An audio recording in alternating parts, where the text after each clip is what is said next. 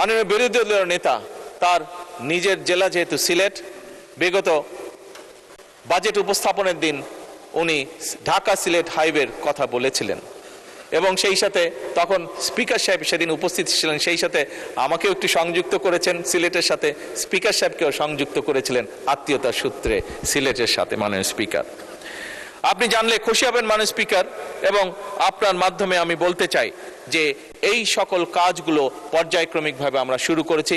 ইনশাল্লাহ ধীরে ধীরে আমরা জনগণকে এর সুফল পৌঁছে দিতে পারবো। মাননীয় স্পিকার,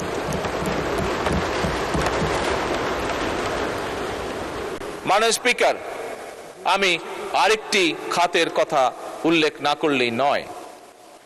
বিগত স্বৈরাচারের সময় আমরা দেখেছি অনেকগুলো খাতের মধ্যে একটি খাতকে স্বৈরাচার এবং তার আশেপাশের ক্লোজ যারা লোকজন ছিল তারা বেছে নিয়েছিল নিজেদের পকেট ভারী করার জন্য। মাননীয় স্পিকার, কোন সেই খাতটি?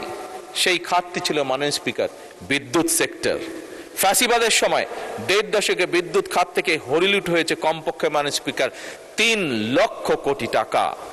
কুইক রেন্টালগুলোকে, এইটি ছিল তাদের কুইক রেন্টালের নামে কুইক মানি অর্জনের একটি সেক্টর, কুইক দুর্নীতির একটি সেক্টর। মাননীয় স্পিকার, এই কুইক রেন্টালগুলোকে কমপক্ষে 1,30,000 কোটি টাকারও বেশি ক্যাপাসিটি চার্জ দেওয়া হয়েছিল, কিন্তু মাননীয় স্পিকার জনগণ কিন্তু তার সুফল পায় নাই।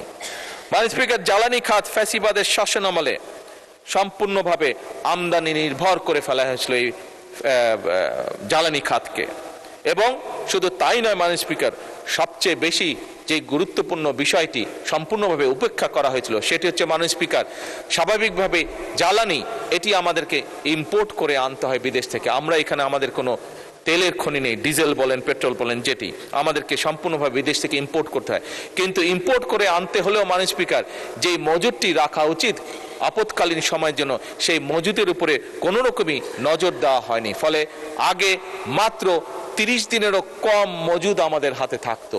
বিগত 3 মাস কাজ করার ফলে, বিশেষ করে যখন এই সমস্যা তৈরি হলো মধ্যপ্রাচ্যের, আমরা কাজ শুরু করেছি এবং পর্যায়ক্রমিকভাবে মাননীয় স্পিকার আমরা এই মজুদটাকে এখন 45 দিনের উপরে নিয়ে গেছি এবং ইনশাল্লাহ এটিকে আমরা 90 দিন পর্যন্ত নিয়ে যাওয়ার পরিকল্পনা গ্রহণ করছি। মাননীয় স্পিকার, মাননীয় স্পিকার, আপনি জানলে আশ্চর্য হবেন মাননীয় স্পিকার, বিগত স্বৈরাচারের সময় 17 বছর ধরে বাংলাদেশের যে বাপেক্স আছে, আমাদের যে গ্যাস কূপ খননের যে সংস্থাটি আছে, তাদেরকে কোনোভাবেই কোনো রকমভাবে সুযোগ দেওয়া হয়নি কাজ করার জন্য। মাননীয় স্পিকার, সম্পূর্ণভাবে বিদেশিদের হাতে এটি ছেড়ে দেওয়া হয়েছিল। মাননীয় স্পিকার, বর্তমান সরকার বাপেক্সকে সক্রিয় করে আবার গড়ে তুলছে, তাদের জন্য রিগ আমদানি করা হচ্ছে এবং তারা নিজেরা গ্যাস কূপ খনন করবে। মাননীয় স্পিকার, তারা নিজেরা গ্যাস কূপ খনন করার মাধ্যমে নতুন গ্যাস কূপ খনন করবে, পুরনগুলোতেও তারা গ্যাসের অনুসন্ধান করবে। মাননীয় স্পিকার, মাননীয় স্পিকার,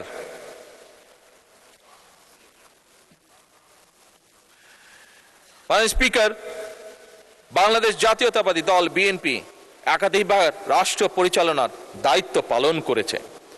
সে অভিজ্ঞতা এবং পরিকল্পনা নিয়ে আমরা কাজ করছি। মাননীয় স্পিকার, এবারও রাষ্ট্র পরিচালনায় আমাদের সুনির্দিষ্ট কতগুলো পরিকল্পনা রয়েছে, যা সংক্ষেপে আপনার সামনে আমি তুলে ধরেছি। মাননীয় স্পিকার, মাননীয় স্পিকার, যদিও আমাদের অর্থনীতি দুর্বল, সমগ্র বিশ্ব একটি যুদ্ধ পরিস্থিতির ভিতর দিয়ে যাচ্ছে এবং এই সংসদ, এই সরকারের কাছে জনগণের প্রত্যাশা অপরিসীম। মাননীয় স্পিকার, এমন পরিস্থিতিতেও আমরা ঘুরে দাঁড়াতে শুরু করেছি। মাননীয় স্পিকার, অর্থনৈতিকভাবে ধীরে ধীরে ঘুরে দাঁড়াতে শুরু করেছি। মাননীয় স্পিকার, মাননীয় স্পিকার, আমরা জনগণকে সাথে নিয়ে পরিকল্পনাগুলোকে ইনশাল্লাহ বাস্তবায়ন করব। কারণ মাননীয় স্পিকার, বাংলাদেশের জনগণ পরিশ্রমী, আমাদের তরুণরা উদ্যমী, আমাদের কৃষকরা পরিশ্রমী এবং উৎপাদনশীল। মাননীয় স্পিকার, এবং আমাদের উদ্যোক্তারা সম্ভাবনাময়।